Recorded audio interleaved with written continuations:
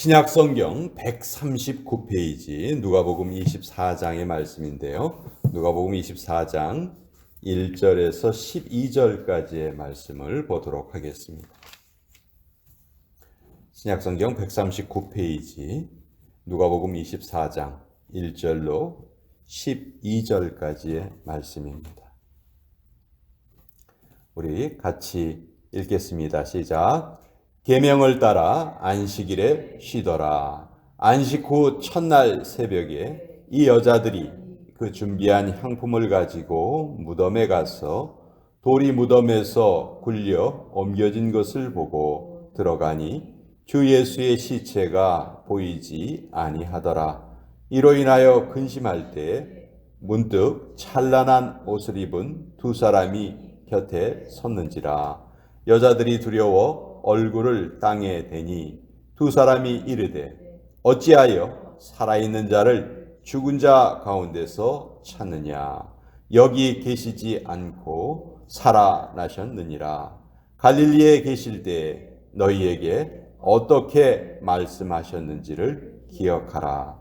이르시기를 인자가 죄인의 손에 넘겨져 십자가에 못 박히고 제3일에 다시 살아나야 하리라 하셨느니라 한데 그들이 예수의 말씀을 기억하고 무덤에서 돌아가 이 모든 것을 11 사도와 다른 모든 이에게 알리니 이 여자들은 막달라 마리아와 요한나와 야고보의 모친 마리아라. 또 그들과 함께한 다른 여자들도 이것을 사도들에게 알리니라.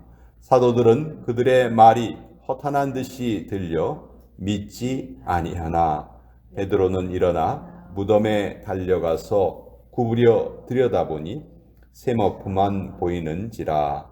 그 된 일을 놀랍게 여기며 집으로 돌아가니라.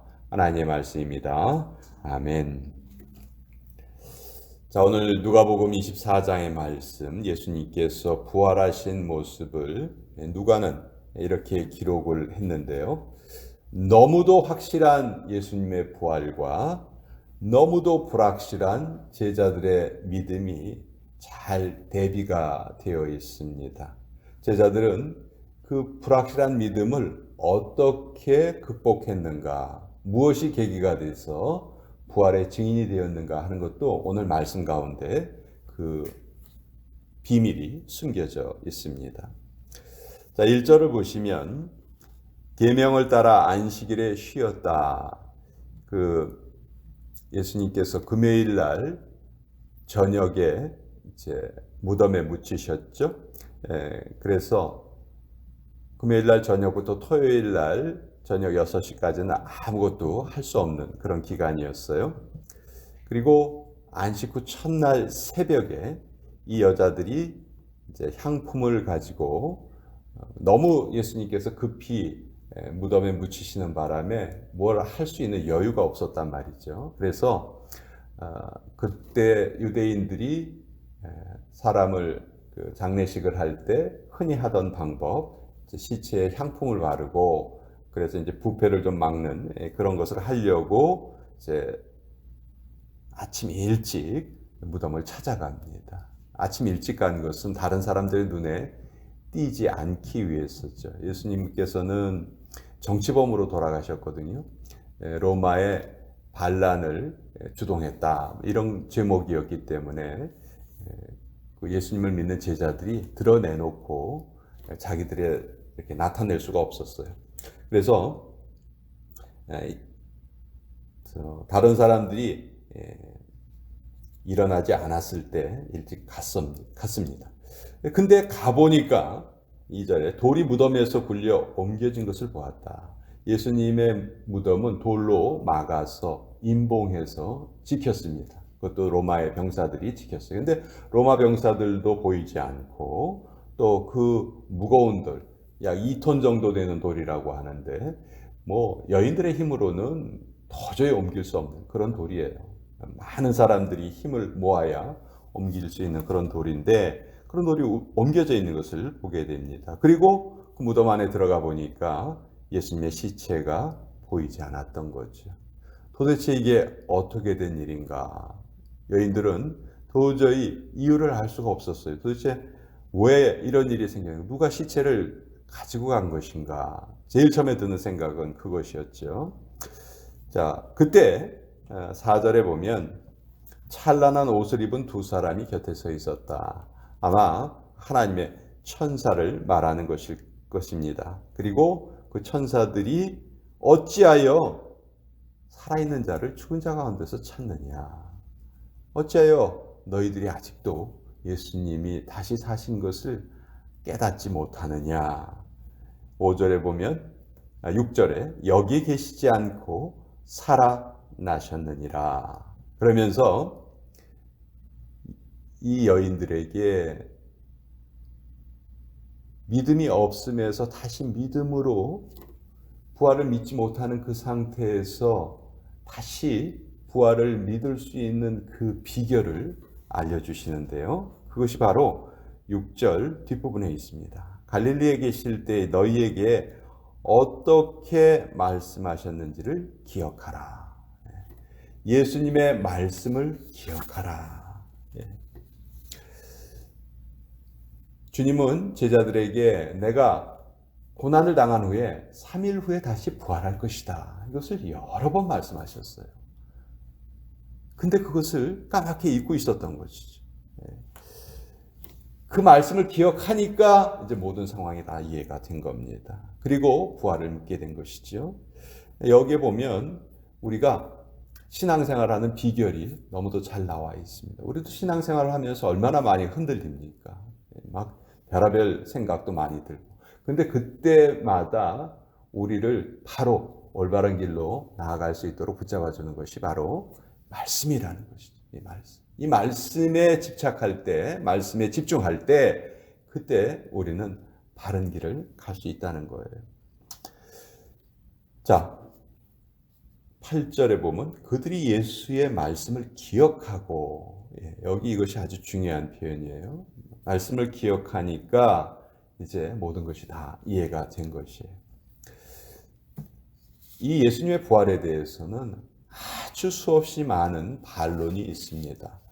그럴 수밖에 없는 것이 지금까지 이 세상에 살았던 사람 중에서 부활했던 사람은 예수님 한 분밖에 안 계시죠. 잠시 죽음에서 다시 깨어났던 사람들은 있어요. 그렇지만 그 사람들 다 죽었거든요. 한번 죽음을 이겨내시고 끝까지 그 죽음을 이겨내신 분은 예수님 한 분밖에 안 계신 거죠. 그러니까 이것은 도저히 있을 수 없는 일이다 해서 수없이 많은 반론이 있습니다. 이 여인들이 아마 엉뚱한 무덤에 찾아가서 지금 다른 무덤을 봤을 것이다. 그런 가설도 있어요. 그렇지만 이 여인들은 이미 아리마대 요셉의 무덤에 그 빈 무덤에 예수님이 묻힌 거를 그 금요일 날 분명히 보았던 사람들이거든요. 이 여인들이 잘못된 곳을 찾아갈 리가 없죠. 이 누가는 얼마나 꼼꼼한가 하면요. 10절에 보면 이 찾아간 3명의 여자들의 이름까지도 정확하게 기억하고 있어요. 이 여자들은 막달라 마리아와 요한나와 야고보의 모친 마리아라. 이 3 여인이 여기에 찾아갔다.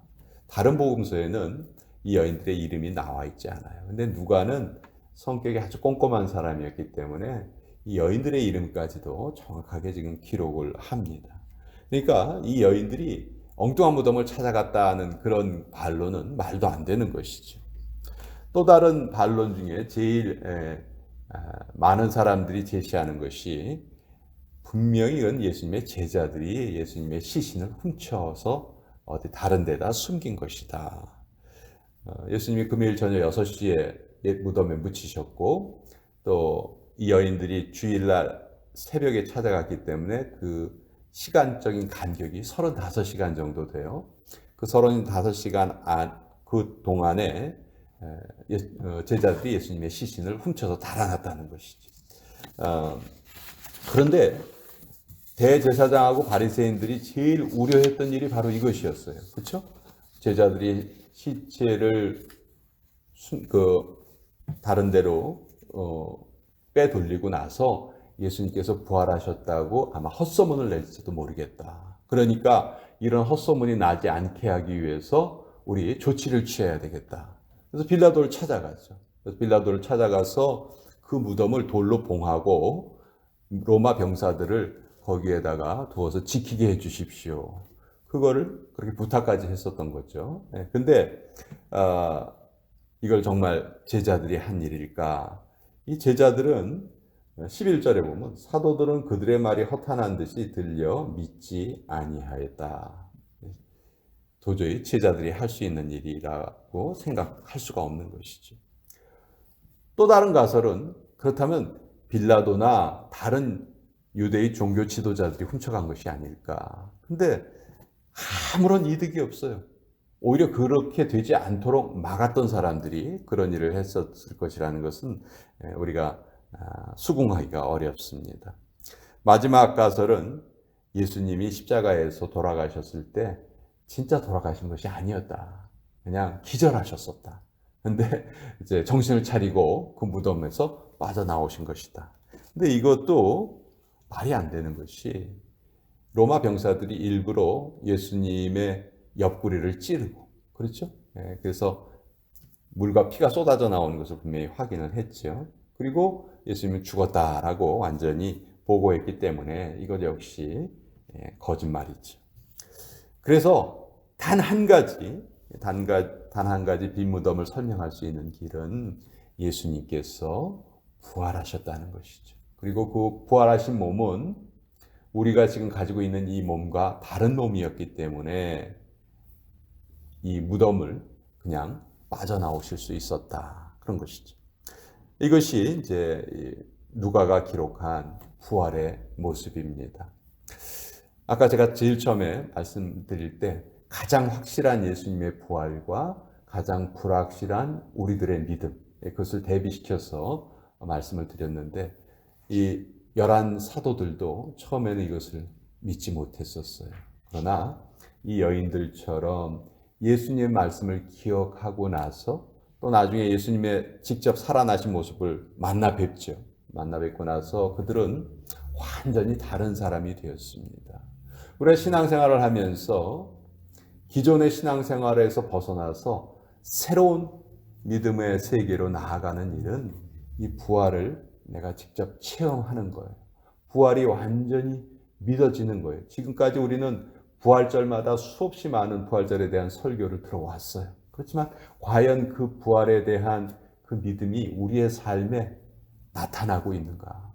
우리가 부활을 믿고 예수님이 부활의 첫 열매시고 우리가 그 다음 열매가 된다는 것을 마음속에 확실히 믿고 살아간다면 정말 이 세상의 삶에서 온전히 자유로운 삶을 살아갈 수 있을 것이다.